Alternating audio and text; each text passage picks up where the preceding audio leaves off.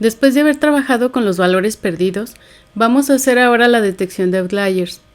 Un outlier es un valor que numéricamente es muy diferente al resto de los datos, lo que puede afectar al análisis del resto de los mismos, por lo que es aconsejable retirarlos de la base de datos antes de seguir adelante con este. Abrimos la carpeta en la que queremos crear el archivo. Damos clic en Nuevo y en Python 3. En la primera línea colocaré el título del script.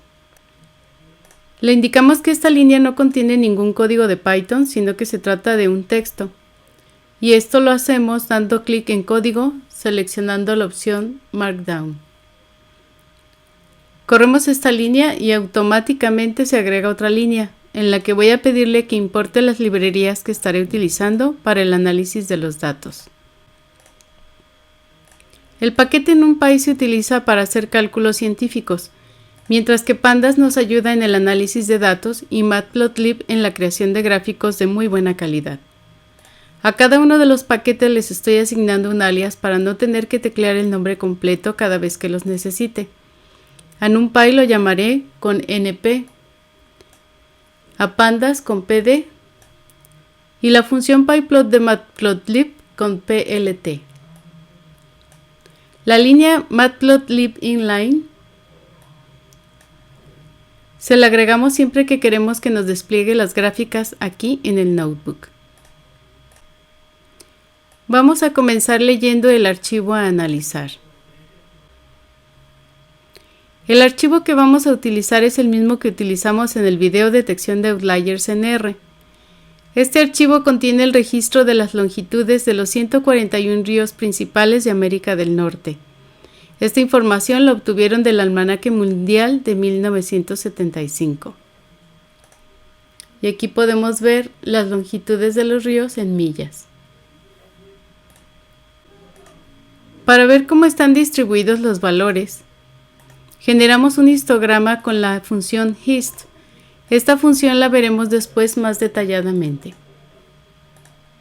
Para crear el histograma estoy utilizando pyplot, que pertenece a Matplotlib, y la función, como te decía, hist. Dentro de la función le indico el lugar en donde se encuentran los valores que me interesa analizar. En este caso, en la columna millas del objeto ríos. La columna se la indico utilizando corchetes y comillas después del nombre del objeto, es decir, de ríos. Para darle una mejor presentación al histograma, agregué los parámetros Edge Color, que es el color de la línea alrededor de cada una de las barras, y le estoy pidiendo que sea de color negro, y el grosor que quiero que tenga dicha línea. Esto se lo indico con el parámetro LineWidth igual a 1. Por otra parte, le estoy indicando el título del histograma con el comando plt.title. Este se lo coloco dentro del paréntesis y con comillas, las cuales pueden ser dobles o sencillas. La línea plt.show se le estaré agregando a los gráficos para evitar que se estén desplegando los resultados en forma de texto antes del gráfico. Colocaré un símbolo hashtag antes de esta línea para que no se ejecute y mostraré a qué me estoy refiriendo. Voy a volver a correrla. Cuando yo no le pongo aquí el plt.show, me muestra los resultados en forma de texto. Volviendo a la interpretación del histograma, la mayoría de los ríos tienen una longitud pequeña. Solo hay pocos cuya longitud sobrepasa las 1500 millas.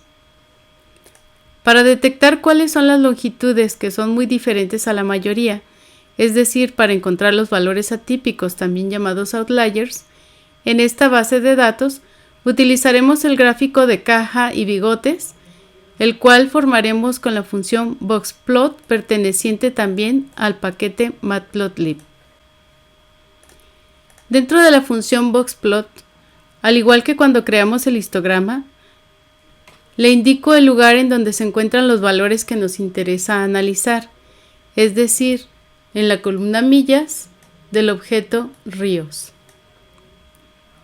El parámetro vert igual a false se lo agregué debido a que quiero que el diagrama de caja y bigotes lo despliegue horizontalmente. Los puntos que se encuentran fuera de los bigotes del gráfico son los outliers.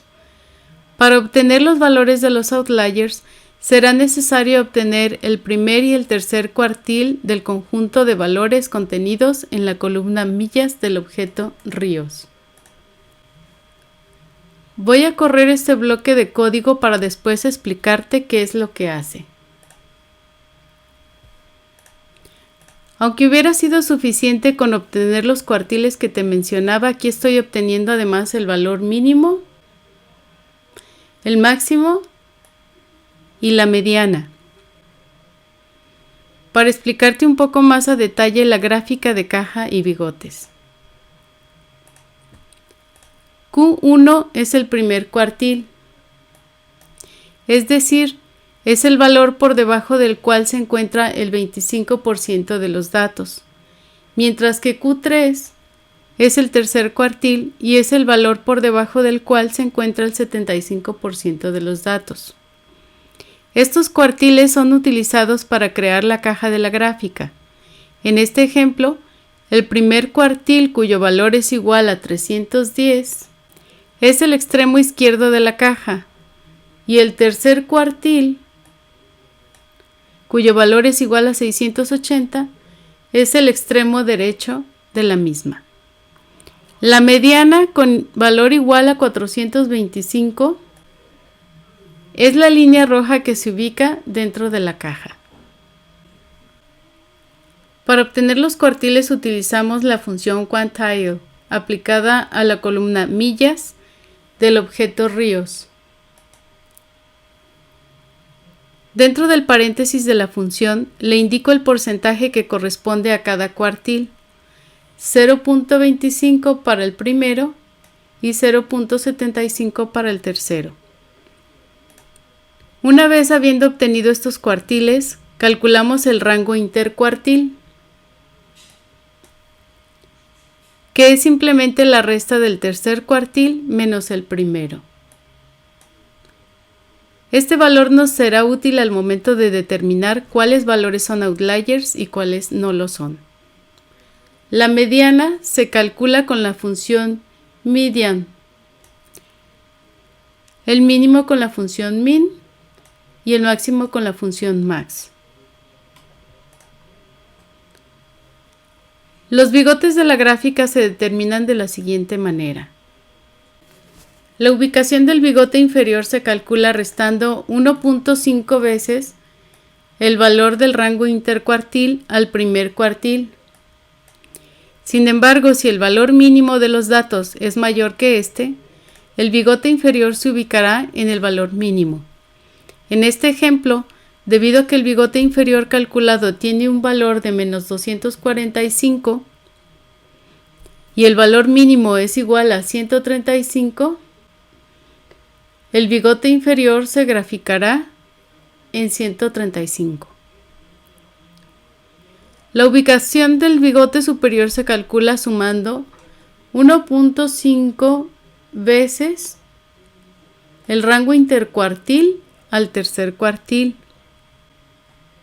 Sin embargo, si el valor máximo de los datos es menor que este, el bigote inferior se ubicará en el valor máximo. En este ejemplo, debido a que el bigote superior calculado tiene un valor de 1235 y el valor máximo es igual a 3710, el bigote superior se dibujará en 1235. Para detectar los outliers, lo que hacemos es encontrar las filas cuyo valor en la columna millas del objeto ríos sea menor al bigote inferior calculado o mayor al bigote superior calculado. Aquí estoy utilizando el pipeline en medio de las dos condiciones, ya que este es el operador OR, que significa que para que el resultado sea verdadero o true, se debe cumplir cualquiera de las dos condiciones antes mencionadas. Esta información la guardaremos en ubicación Outliers. El objeto ubicación Outliers contiene el resultado línea por línea de cuáles valores cumplieron una de estas dos condiciones, es decir, cuáles líneas del objeto ríos contienen un outlier en la columna millas. Esto se indica con la palabra true cuando se trata de un outlier. Una vez teniendo la lista de filas que contienen un outlier, le pedimos a Python que nos traiga solamente los valores de dichas filas. Esto lo hacemos colocando la información contenida en ubicación outliers entre corchetes que irán después del objeto ríos.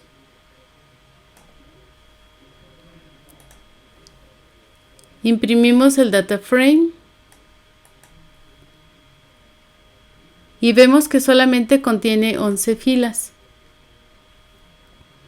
lo que significa que encontró 11 outliers. Vamos a colocarlos en orden ascendente para que sea más fácil de analizar la información. Para ordenarlos utilicé la función sortValues aplicada al objeto outliers, que es el que acabamos de crear. Y los valores que va a ordenar son los que vienen en la columna millas. Y aquí vemos cómo ya están ordenados. El menor de estos tiene un valor de 1243 y el mayor es de 3710, que es el valor máximo que habíamos encontrado con la función max. A continuación obtendremos los valores que no son outliers. Para obtener las filas que no contienen outliers, ahora necesitamos que estas sean las que se marquen como true. Por lo tanto, los valores que ahora buscaremos son aquellos que sean mayores o igual al bigote inferior calculado y que además sean menores o iguales al bigote superior calculado. Aquí estoy utilizando el símbolo ampersand en medio de las dos condiciones, ya que este es el operador AND, que significa que para que el resultado sea verdadero o true, se deben de cumplir las dos condiciones antes mencionadas. Si te fijas, ahora ya no contiene 141 filas, ahora tiene 130, que sumados a los 11 outliers nos da el total de la base de datos que estábamos analizando originalmente. Aunque ya detectamos los outliers del objeto ríos, todavía es necesario seguir en busca de outliers y depurando los datos hasta que ya no existan más outliers. Creamos el gráfico de caja y bigotes ahora con los valores contenidos en el objeto sin outliers. Y vemos que aparecen más outliers, por lo que será necesario repetir el proceso hasta que no quede ninguno de estos. Para no hacer más larga esta explicación, te invito a que veas el video Preprocesamiento de datos en R, detección de outliers en mi canal, y te des una idea del proceso completo de depuración de estos.